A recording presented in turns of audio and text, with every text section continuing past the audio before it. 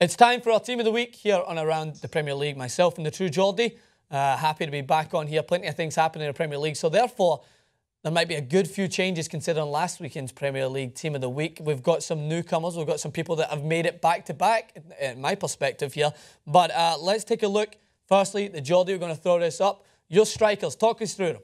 Well, I've gone with Sturridge and Vardy, mate. I think both of them hit braces, 2 goals each. Sturridge coming back into the Liverpool team, having a huge impact, potentially saving Brendan Rodgers' job. And Vardy playing in a team that has 5 put past them and still managing to hit the ball once, hit the post once, and score 2 goals of his own. He was an absolute menace to that Arsenal back four. And if he was playing in a team that were higher up the league, maybe in the top 6, I think he would get more recognition that he deserves. Yeah, absolutely agree. I agree with the one. I did appreciate Vardy's performance, but I feel that Sturridge, for me, coming back, basically a crucial result for both Brendan Rodgers and for their team as a whole in terms of team chemistry and building confidence. So Sturridge makes mine. But I had to put in Harry Kane for mine. And the reason why, Geordie, you can appreciate this.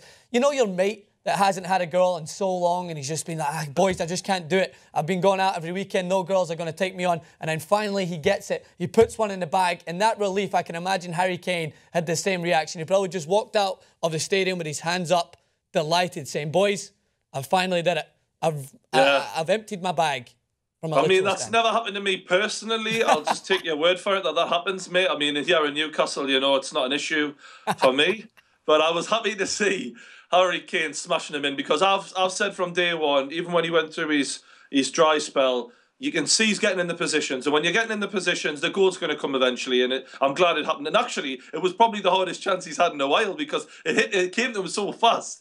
And it looked like he was just going to put it over, but he put it right in the top corner. Yeah, he's a natural-born finisher, but sometimes, I mean, even the best finishers in the world, we've seen them go through goal droughts, and it just takes that one to kind of spur things on. So let's look at the midfielders. Talk us through it. I'm excited to see who you've got in your midfield here. All right, well, first up, it's an absolute no-brainer, mate. I've gone for Alexis Sanchez, hitting a hat-trick against Leicester. He's another one who's been getting in the positions, hasn't quite fallen for him, and then in one game, exploded. Everyone was talking about Mahrez. People forgot about Sanchez. He is the main Ez in the Premier League.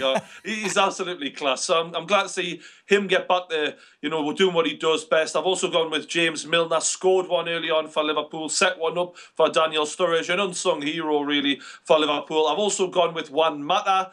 He also scored one, also set one up. He's just a maestro for Man United right now. A player who I never, in my wildest dreams, thought I'd put into a Team of the Week. Lamela. I thought he was done and dusted at Spurs, but Man City made him look like Cristiano Ronaldo, and fair play to him, he was great. Yeah, I thought Lamela had a great game as well. I'm agreeing with a couple of your choices on there. I'm surprised you've got James Milner on there. Did he go back and fix the toilet after he did that role at Liverpool as well? Did he go in and fix the plumbing?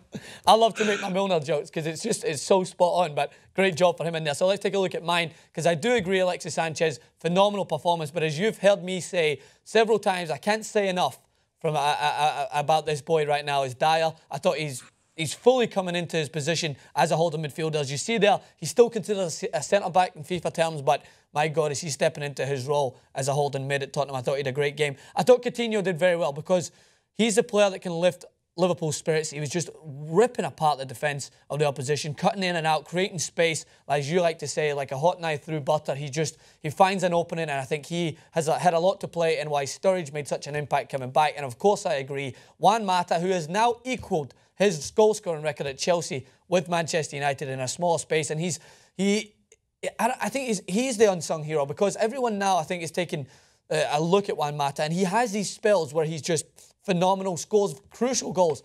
But it's not just his goals at the moment. It's just, I think he's playing in a position I've never thought he'd be able to fill in. But then he comes back into hold at that position in the number 10, and he can fluctuate in between those two. And I think it takes a lot to be able to do that, especially with a manager like Louis van Gaal, who's so demanding for work rate and to be able to perform defensively, something that Juan Mata hasn't always encompassed. But I think that overall, he's adjusted his game to fit in for his team, and I think he's been phenomenal. So let's look at our back four. For me, I've got a few things to say about mine, but I want to hear what you've got. Have you got any Newcastle players making an appearance? Actually, I have, mate. There you go. You've got Mbabu there at left back. He's a bronze card. He's 52 rated on FIFA, and yet he came in and made his Premier League debut. Man marking former Barcelona man Pedro. Yeah. Premier League debut. This kid's been watching Pedro all his life probably. He's probably quite intimidated. He marked him out the game. He absolutely had him in his back pocket. I was like, who's this kid? Where have you been all my life? Like, honestly, unbelievable from him. So really well done to him. I also went with Van Dijk. Solid, clean sheet for Southampton. Got on the score sheet as well. Daley Blind knocked a fantastic ball in for one of the goals for Manchester United. Also kept the clean sheet. And at right back, I've gone with Darmian. I know he played at left back, but I've got him at right back here. Yeah. Also a clean sheet. Just solid. Absolutely, and you've got some. I agree. First of all, with your choices, specifically at left back, because I think it was a phenomenal performance against someone like Chelsea to put in a youngster coming into his Premier League debut and to be able to perform at that magnitude for me is just a standout straight away. Because although they conceded 2 goals later on and they didn't get the result, which basically I thought Newcastle deserved, you still have to look at a performance like that. Put your hands up and say that was phenomenal. So let's take a look at the rest of my back 4. So I'm going to go with Hangeland. I think he has had I don't know, I think that he's had an up and down career. So we knew him with his performances before and how many Premier League teams were after his signature. But I think at Crystal Palace, he's really found a home, and I think he's solid at the back. I have to go with Alderweireld as well, because I thought that he did a great job, especially against Manchester City's attacking threat. I think he handled himself well. And I've went with Van Dijk in there because I just felt that these 3 centre-backs did so well. I didn't want to choose between either of them, so I put them all in there. Van Dijk's obviously got a soft spot in my heart coming from Glasgow Celtic. I know of his goal-scoring threat. For me, he's always going to be a threat going forward. He scored some phenomenal goals in the Premier League. And the Geordie, we both know that the Premier League and the Barclays Premier League are in the same stature, right? And Inverness away is the exact same as playing against someone like Man United at home. and as I mentioned there, he's cut his teeth, you know. He's earned his stripes. And I've been impressed with him at Southampton, to be fair. Absolutely. So, and then finally, we both are in agreement.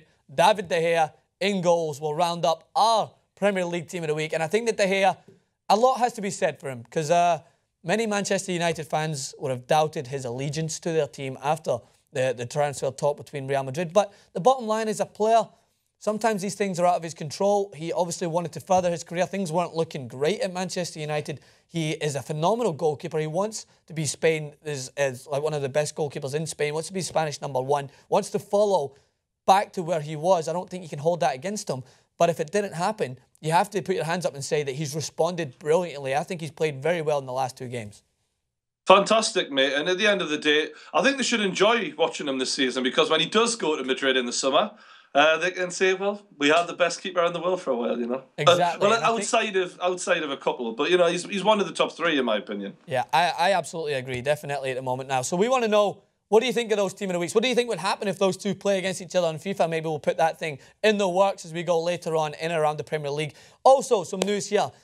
Our system, we finally figured it out. We figured out how to work Skype. So we're going to get in, another person. We're going to have in Adam McCullough from Full-Time Devils next week. So me, the Geordie, and Adam McCullough are going to sit down and talk about everything around the Premier League. Maybe fly over to Manchester for a little bit. We'll do some scenes over there. So we're excited about this. We might actually get to 4 people one day. We don't know. We'll see how technology can work. All right, one at a time. Let's just walk before we can run. Let's see how it goes.